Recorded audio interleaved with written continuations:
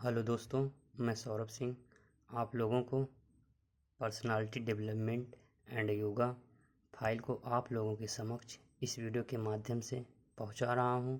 तो वीडियो को स्टार्ट करने से पहले please like and subscribe my YouTube channel and also press the bell icon for new updates. जैसे कि पहले पर्सनालिटी यानी कि व्यक्तित्व हेडिंग डालेंगे। व्यक्तित्व जैसे कि पर्सनालिटी शब्द की उत्पत्ति लैटिन भाषा के पर्सोना शब्द से हुई है, जिसका अर्थ मुखौटा या नकाब होता है। जो कि पर्सोना शब्द सबसे पहले प्रयोग यूनान के प्रसिद्ध नाटककार सिसरो ने किया था, इसलिए इन्हें व्यक्तित्व का जनक भी माना जाता है। व्यक्तित्व के संदर्भ में कुछ महत्वपूर्ण वैज्ञानिकों ने अपना मत या फिर अपनी परिभाषाएं निम्नवत दी हैं। जैसे कि आलपोर्ट के अनुसार व्यक्तित्व व्यक्ति के मनोदैहिक व्यवस्थाओं का गत्यात्मक संगठन है, जो व्यक्ति का उसके वातावरण के साथ अपूर्व निर्धारण करता है। आरवी कैटल का मत है, यानी कि आरवी कैटल के अनुसार व्यक्तित्व व्यक्ति के शील गुणों के विश्लेषण से। जेवी वाटसन के अनुसार हम जो कुछ करते हैं वही व्यक्तित्व है। वुडवर्थ के अनुसार व्यक्तित्व व्यक्ति के व्यवहार की संपूर्ण इकाई समग्र है। निष्कर्ष हेडिंग डालेंगे। फर्स्ट, मानसिक और शारीरिक गुणों का संगठन। सेकंड, गत्यात्मक संगठन। थर्ड, व्यक्तित्व बाह्य और आंतरिक गुणों का सम्मिलित रूप है। फोर्थ है, वातावरण के साथ उस व्यक्ति के समायोजन का निर्धारण व्यक्तित्व कहलाता है। आइजेंग के अनुसार व्यक्तित्व व्यक्ति के चरित्र, स्वभाव, बुद्धि एवं शारीरिक बनावट का थोड़ा बहुत ऐसा अस्थायी एवं स्थिर संगठन है जो वातावरण के साथ उसके अपूर्व समायोजन को निर्धारित करता है। व्यक्तित्व की विशेषताएं। फर्स्ट, व्यक्तित्व अपूर्व और विशिष्ट होता है। सेकंड, व्यक्तित्व आत्मचेतना का गुण है। थर्ड, व्यवहार के तीनों पक्ष जैसे भावात्मक, क्रियात्मक और ज्ञानात्मक तीनों पक्ष इसमें सम्मिलित होते हैं। व्यक्तित्व एक गत्यात्मक संगठन है। व्यक्तित्व वंशानुक्रम एवं वातावरण की उपज है। 6, सीखना और अनुभव अर्जन। व्यक्तित्व विकास में सहायक है। यह न तो पूर्णतः मानसिक है और न ही पूर्णतः शारीरिक है, बल्कि दोनों पक्षों का मिश्रण है। वातावरण में समायोजन करने का ढंग सबसे अलग अलग होता है। व्यक्तित्व के सिद्धांत। व्यक्तित्व के 3 प्रकार के सिद्धांत हैं। फर्स्ट है प्रकार सिद्धांत, सेकंड है शील-गुण सिद्धांत, थर्ड है विश्लेषणवादी सिद्धांत।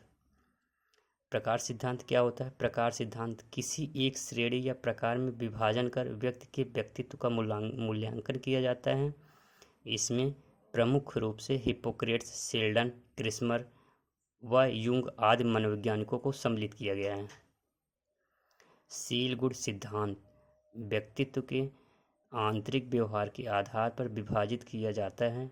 प्रमुख वैज्ञानिकों के रूप में कैटल एवं आलपोर्ट आदि हैं। विश्लेषणवादी सिद्धांत इस सिद्धांत के आधार पर व्यक्ति के व्यक्तित्व का तार्किक रूप से विश्लेषण किया जाता है। प्रकार सिद्धांत की व्याख्या स्प्रेगनर के द्वारा प्रकार सिद्धांत के आधार पर व्यक्तित्व का वर्गीकरण 6 भागों में किया गया है, जो निम्नवत है। फर्स्ट है सैद्धांतिक प्रकार, सेकंड है आर्थिक प्रकार, थर्ड है सामाजिक प्रकार, फोर्थ है राजनैतिक प्रकार, फिफ्थ है सौंदर्यवादी प्रकार, 6 है धार्मिक प्रकार। सैद्धांतिक प्रकार होता क्या है? सैद्धांतिक प्रकार इस प्रकार के व्यक्तित्व वाले व्यक्ति अपने सिद्धांतों पर चलने वाले होते हैं। आर्थिक प्रकार ऐसे व्यक्ति धन को अधिक महत्व प्रदान करते हैं तथा प्रत्येक वस्तु को आर्थिक लाभ से संबंधित करके देखते हैं। सामाजिक प्रकार क्या होता है? सामाजिक प्रकार ऐसे व्यक्ति सामाजिक होते हैं, उन्हें लोगों से मिलना जुलना पसंद आता है, वे अन्य लोगों को स्नेह और प्यार देते हैं। राजनैतिक प्रकार क्या होता है? राजनैतिक ऐसे व्यक्ति शक्ति को अधिक महत्व देते हैं, दूसरों पर प्रभुत्व स्थापित करना पसंद करते हैं। धार्मिक प्रकार क्या होता है? धार्मिक प्रकार ऐसे व्यक्ति पूजा पाठ व धार्मिक कार्यों में अधिक रुचि लेने वाले होते हैं और निरंतर धर्म का कार्य करने में अग्रसर होते हैं। सील गुण सिद्धांत। सील गुण का अर्थ है व्यक्ति के व्यवहार का वर्णन, जैसे सक्रिय, सतर्क, ये सब व्यक्ति के व्यवहार का वर्णन करते हैं। लेकिन ये सभी शब्द जो मानव व्यवहार का वर्णन करते हैं सील गुण नहीं कहलाते, बल्कि इनमें अस्थायित्व अथवा संगत का होना आवश्यक है। जैसे कोई ईमानदार है तो हम यह नहीं कह सकते कि उसके अंदर ईमानदारी का सील गुण है, बल्कि प्रत्येक परिस्थिति में वह व्यक्ति ईमानदारी का परिचय देता है। तब वह सील गुण केवल कुछ परिस्थितियों में ईमानदारी का परिचय देता है तो वह आदत हो सकती है, परंतु सील गुण नहीं। कम अस्थायित्व को आदत व अधिक अस्थायी गुण सील गुण के अंतर्गत आता है। एटकिंसन एवं हिलगर्ड के अनुसार सील गुण एक ऐसी विशेषता है जिसके कारण व्यक्ति एक दूसरे से संगत ढंग, सापेक्ष रूप से एवं अस्थायी ढंग से भिन्न भिन्न होता है। सील गुण के सिद्धांत के अनुसार व्यक्ति का व्यवहार उसके प्रकार से नहीं बल्कि विभिन्न प्रकार के सील गुणों द्वारा नियंत्रित होता है। इसके व्याख्याकार के रूप में दो प्रसिद्ध मनोवैज्ञानिक आलपोर्ट और कैटल हैं। तो हम सबसे पहले आलपोर्ट का सील गुण के सिद्धांत के बारे में पढ़ेंगे। आलपोर्ट के सील गुण सिद्धांत को हम व्यक्तित्व विशेषक सिद्धांत भी बोलते हैं। आलपोर्ट ने व्यक्तित्व संबंधी जो सिद्धांत दिए थे वो 1897 से 1967 के बीच में दिए थे। आलपोर्ट ने सील गुण को दो भागों में विभाजित किया है, एक सामान्य सील गुण, एक व्यक्तिगत सील गुण। व्यक्तिगत सील गुण को इन्होंने तीन भागों में विभाजित किया है, एक आधारभूत प्रवृत्ति, द्वितीय है केंद्रीय प्रवृत्ति और तृतीय है गौड़ अथवा द्वितीय प्रवृत्ति। आलपोर्ट का जन्म यूएसए के इंडियाना प्रांत में हुआ था तथा लालन पोषण क्लीवलैंड में हुआ था। इन्होंने हार्वर्ड यूनिवर्सिटी से मनोविज्ञान के क्षेत्र में पीएचडी की डिग्री प्राप्त की। इनकी समयावधि 1897 से 1967 रही। सामान्य सील गुण। सामान्य सील गुण का तात्पर्य ऐसे सील गुण से होता है जो किसी समाज संस्कृति की अधिकता को दर्शाता है। व्यक्तिगत सील गुण क्या होता है? यह एक महत्वपूर्ण गुण है जो कुछ व्यक्ति विशेष में पाया जाता है। इसे व्यक्तिगत प्रवृत्ति भी कहते हैं। यह प्रवृत्तियां अधिक स्पष्ट होती हैं। इनको तीन भागों में विभक्त किया गया है, आधारभूत प्रवृत्ति, गौड़ प्रवृत्ति या फिर द्वितीयक प्रवृत्ति या फिर केंद्रीय प्रवृत्ति। आधारभूत प्रवृत्ति क्या होती है? आधारभूत, इस प्रवृत्ति को छिपाया नहीं जा सकता। यह प्रवृत्ति सभी लोगों में नहीं पाया जाता है, किंतु जिन लोगों में यह प्रवृत्ति पाई जाती है वे चर्चित होते हैं। सत्य और अहिंसा महात्मा गांधी जी के आधारभूत प्रवृत्ति थी, हम कह सकते हैं। द्वितीयक या फिर गौड़ प्रवृत्ति क्या होती है? गौड़ या फिर द्वितीयक प्रवृत्ति ऐसे गुणों को कहा जाता है जो व्यक्ति के लिए हम महत्वपूर्ण तथा कम स्पष्ट होते हैं, जैसे खाने की आदत, केश सज्जा, पहनावा इत्यादि। आलपोर्ट ने बताया कि एक गुण एक व्यक्ति के लिए गौड़ अथवा दूसरे व्यक्ति के लिए केंद्रीय हो सकता है। बहिर्मुखी के लिए केंद्रीय प्रवृत्ति तथा अंतर्मुखी के लिए गौड़ होता है। केंद्रीय प्रवृत्ति, यह प्रवृत्ति सभी व्यक्तियों में पाई जाती है। यह प्रवृत्ति 5 से 10 स्तर पर प्रत्येक व्यक्ति में पाई जाती है। यह वह गुण है जिसके कारण प्रत्येक व्यक्ति अधिक सक्रिय रहता है, यानी कि एक्टिव रहता है। कैटल का सील गुण सिद्धांत। कैटल ने व्यक्तित्व के विभिन्न विशेषकों का उल्लेख करते हुए उन्हें तीन भागों में विभक्त किया है। फर्स्ट है गत्यात्मक सील गुण सिद्धांत। गत्यात्मक सील गुण सिद्धांत क्या होते हैं? जिसका संबंध उद्देश्य से हो वह गत्यात्मक कहलाता है। संरचनात्मक सील गुण सिद्धांत, जिसका संबंध भाषा संबंधी योग्यता से हो संरचनात्मक सील गुण सिद्धांत कहलाता है। चित्त प्रवृत्ति, जिसका संबंध व्यक्ति के स्वभाव निर्धारण से होता है वह चित्त प्रवृत्ति सील गुण सिद्धांत कहलाते हैं। इस आधार पर कैटल साहब ने सील गुण के दो भेद बताए हैं। पहला है सतही सील गुण, द्वितीय है मूल सील गुण। सतही सील गुण क्या होता है? ये वो सील गुण होते हैं जो व्यक्ति के व्यवहार में स्पष्ट रूप से दिखाई नहीं देते। इसके संबंध में व्यक्तियों के आपस में अनेक मत नहीं हो सकते, जैसे व्यक्ति की प्रसन्नता या फिर उदासी का दिखाई देना। कैटल ने सतही सील-गुण को बाह्य सील-गुण भी कहा है और इसे महत्व दिया है। मूल सील-गुण क्या होते हैं?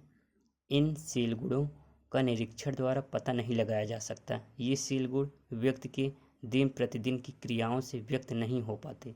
ऐसे सील-गुण का ज्ञान तब प्राप्त होता है जब इससे संबंधित सतही सील-गुण को एक साथ मिलाने का प्रयास करते हैं। कैटल ने मूल सील-गुण को स्पष्ट करने के लिए 2 भागों में विभक्त किया है। फर्स्ट है शारीरिक विशेषक, इसका संबंध आनुवंशिकता से होता है। पर्यावरणीय विशेषक, इसका संबंध वातावरण से होता है। कैटल ने यह भी बताया कि सील गुणों का अध्ययन करने के लिए मूलतः 3 स्रोत होते हैं, जैसे जीवन अभिलेख, वस्तुनिष्ठ परीक्षण, स्वमूल्यांकन। जीवन अभिलेख से प्राप्त आंकड़े जो लाइफ डाटा कहलाते हैं, वस्तुनिष्ठ परीक्षण से प्राप्त आंकड़े जो ओ डाटा कहलाते हैं, स्वमूल्यांकन से प्राप्त आंकड़े जो क्यू डाटा कहलाता है। आलपोर्ट एवं कैटल के व्यक्तित्व सिद्धांतों का शैक्षिक महत्व या फिर शिक्षा में क्या महत्व है? आलपोर्ट एवं कैटल ने व्यक्तित्व के सील गुण सिद्धांतों का प्रतिपादन किया जो शिक्षा की दृष्टि से काफ़ी महत्वपूर्ण है। फर्स्ट है, किसी व्यक्ति के आधारभूत इकाई के रूप में उसके व्यक्तित्व संबंधी गुण ही होते हैं जो व्यक्ति की व्यवहारिक क्रियाओं में प्रदर्शित होते हैं। व्यक्तित्व के सील गुण द्वारा ही शिक्षक तथा शिक्षा विशेषज्ञ व्यक्तित्व के गुण एवं अवगुणों की चिन्हित कर विद्यार्थी के समुचित एवं वांछित सर्वांगीण विकास करने में समर्थ होते हैं। आलपोर्ट ने व्यक्तित्व संबंधी विशिष्ट श्रेणियां जैसे विशिष्ट गुण, केंद्रीय गुण, द्वितीय गुण में विभाजित कर माता पिता एवं शिक्षक को इन गुणों पर ध्यान रखते हुए बच्चों को प्रेरित किया।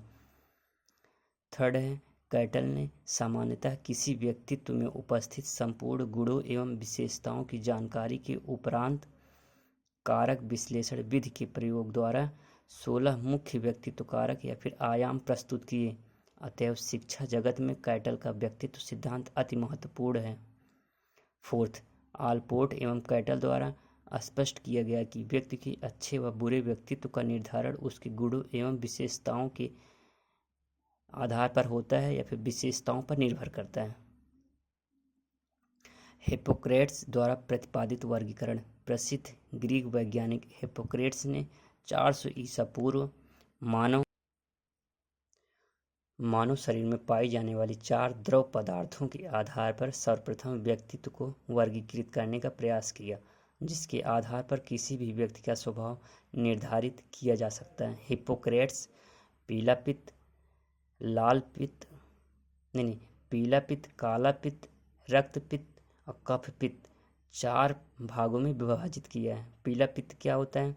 जिस व्यक्ति में इस पित्त की प्रधानता होती है उस व्यक्ति में क्रोध अधिक उत्पन्न होता है, व्यक्ति तुरक मिजाजी किस्म का होता है। काला पित्त व्यक्तित्व कैसे होते हैं? ऐसे मनुष्य के चित्त प्रकृति में दुख, अवसाद व तमस की वृद्धि होती है। ऐसे व्यक्ति को निराशावादी व्यक्ति भी कहा जाता है। रक्त पित्त क्या होते हैं? इस प्रकृति के लोगों में जिनमें रक्त पित्त की प्रधानता होती है उस व्यक्ति में उत्साह अधिक होता है या खुश मिजाज होते हैं। ऐसे व्यक्ति आशावादी भी होते हैं। कफ पित्त इसकी प्रधानता होने पर व्यक्ति शांत होता है, उसमें निष्क्रियता और भाव शून्यता अधिक पाई जाती है। ऐसे व्यक्ति को विरक्त भी कहा जाता है। नोट में लिखेंगे, हिप्पोक्रेट्स द्वारा दिए गए इस वर्गीकरण की पुष्टि गैरल ने सन 1930 ईस्वी में की थी। शारीरिक गुणों के आधार पर वर्गीकरण। शारीरिक गुणों के आधार पर शारीरिक सिद्धांत का वर्गीकरण करने वाले 2 प्रमुख मनोवैज्ञानिक शेल्डन व क्रेस्मर थे। इनके द्वारा निम्नानुसार वर्गीकरण किया गया। क्रेस्मर का वर्गीकरण। पहले हम क्रेस्मर के वर्गीकरण के बारे में जानेंगे। क्रेस्मर ने यह सिद्धांत 2 तरह के मानसिक रोगियों के परीक्षण के आधार पर प्रतिपादित किया। ये 2 तरह के रोग मनोविदलता व उत्साह विषाद हैं। अब हम क्रेस्मर का वर्गीकरण पढ़ेंगे। क्रेस्मर ने व्यक्तित्व को 4 भागों में विभाजित किया है, जैसे तुंदिल प्रकार फर्स्ट है, सेकंड है क्रिस्काय प्रकार, थर्ड है पुष्टकाय प्रकार। फोर्थ है मिश्रकाय प्रकार। तुंदल प्रकार क्या होता है? इन्हें गोलकाय व्यक्ति भी कहते हैं। ऐसे व्यक्ति के शारीरिक गठन में तोड़ की प्रधानता होती है। इनका गर्दन छोटा, मोटा तथा गोलाकार होता है। ऐसे व्यक्ति सामाजिक, साहसी, हिष्टपुष्ट और गोलाकार आकृति के होते हैं। क्रिस्मर ने इन्हें साइक्लॉयड की संज्ञा दी है। कृशकाय प्रकार क्या होते हैं? ऐसे व्यक्ति जिनके शरीर लंबकाय भी कहते हैं। इस प्रकार के व्यक्ति पतले, चपटे, कोमल, लंबे शारीरिक गठन वाले, लंबे अंग, चपटे तथा तंग सीने वाले होते हैं। ऐसे व्यक्तियों की मांसपेशियां विकसित नहीं होती हैं। ऐसे व्यक्तियों को सिजोफ्रेनिया होने की संभावना रहती है और सामाजिक दायित्व से दूर रहते हैं और स्वभाव के चिड़चिड़े भी होते हैं। सुडैलकाय अथवा पृष्ठकाय प्रकार। इस तरह के व्यक्ति विकसित मांसपेशियों वाले व्यक्ति होते हैं। कंधे चौड़े, हाथ लंबे, हिष्ट-पुष्ट अंग व सुडौल शरीर के होते हैं। स्वभाव से न अधिक चंचल न निराशावादी होते हैं। बदलती परिस्थितियों में भी समायोजन कर लेते हैं। इन्हें सामाजिक प्रतिष्ठा अधिक मिलती है। ये साहसी, निर्भीक तथा रुचि सफलता प्राप्त करने में होती है। मिश्रकाय। ऐसे व्यक्तियों में ऊपर वर्णित तीनों प्रकार के शारीरिक लक्षणों का योग होता है। ऐसे व्यक्तियों की संख्या कम होती है। शेल्डन का वर्गीकरण। शेल्डन ने व्यक्तित्व के सिद्धांत का प्रतिपादन 1940 ईस्वी में शारीरिक गठन के आधार पर किया था। इस हेतु इन्होंने 4000 विद्यालयों के बच्चों का अध्ययन किया। उनके अध्ययन के पश्चात सोमैटोटाइप नामक सिद्धांत का प्रतिपादन किया। इसे 3 भागों में विभाजित करके समझा जा सकता है। क्रिस्मर के सिद्धांत से मिलता जुलता है। सोमैटोटाइप सिद्धांत के प्रकार 3 प्रकार के होते हैं। फर्स्ट है गोलाकार, सेकंड है आयताकार, थर्ड है लंबाकार। तो गोलाकार को इंग्लिश में एंडोमॉर्फिक बोलते हैं, आयताकार को मेसोमॉर्फिक बोलते हैं, लंबाकार को एक्टोमॉर्फिक बोलते हैं।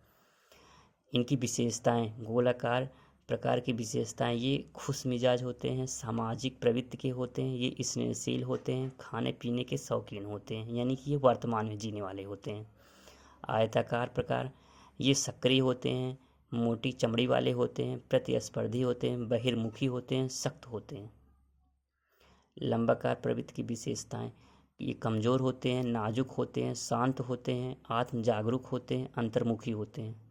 मनोवैज्ञानिक गुणों के आधार पर वर्गीकरण। यूंग का वर्गीकरण। यूंग ने सभी व्यक्तियों को उनके सामाजिक कार्यों में भाग लेने के आधार पर क्रमशः व्यक्तियों को बहिर्मुखी, अंतर्मुखी, उभयमुखी में वर्गीकृत किया। यूंग ने इसका वर्गीकरण 1923 ईस्वी में किया था। यूंग का वर्गीकरण 3 भागों में किया था। बहिर्मुखी, अंतर्मुखी, उभयमुखी। बहिर्मुखी व्यक्तित्व की विशेषताएं। ये आशावादी होते हैं, मिलनसार होते हैं, सामाजिक होते हैं, यथार्थ में अधिक विश्वास करते हैं, आदर्शवाद में विश्वास करते हैं। अंतर्मुखी की विशेषताएं। ये आत्म केंद्रित होते हैं, एकांत प्रिय होते हैं, रूढ़वादी होते हैं, परंपरा को अधिक महत्व देने वाले होते हैं, रीति रिवाजों को मानने वाले होते हैं, शांत चित्त वाले होते हैं, भाव की प्रधानता होती है, छल प्रपंच से ये दूर रहते हैं। उभयमुखी व्यक्तित्व की विशेषताएं। इनमें दोनों गुण पाए जाते हैं। उभयमुखी विकासोन्मुखी होते हैं। वीडियो देखने के लिए धन्यवाद दोस्तों।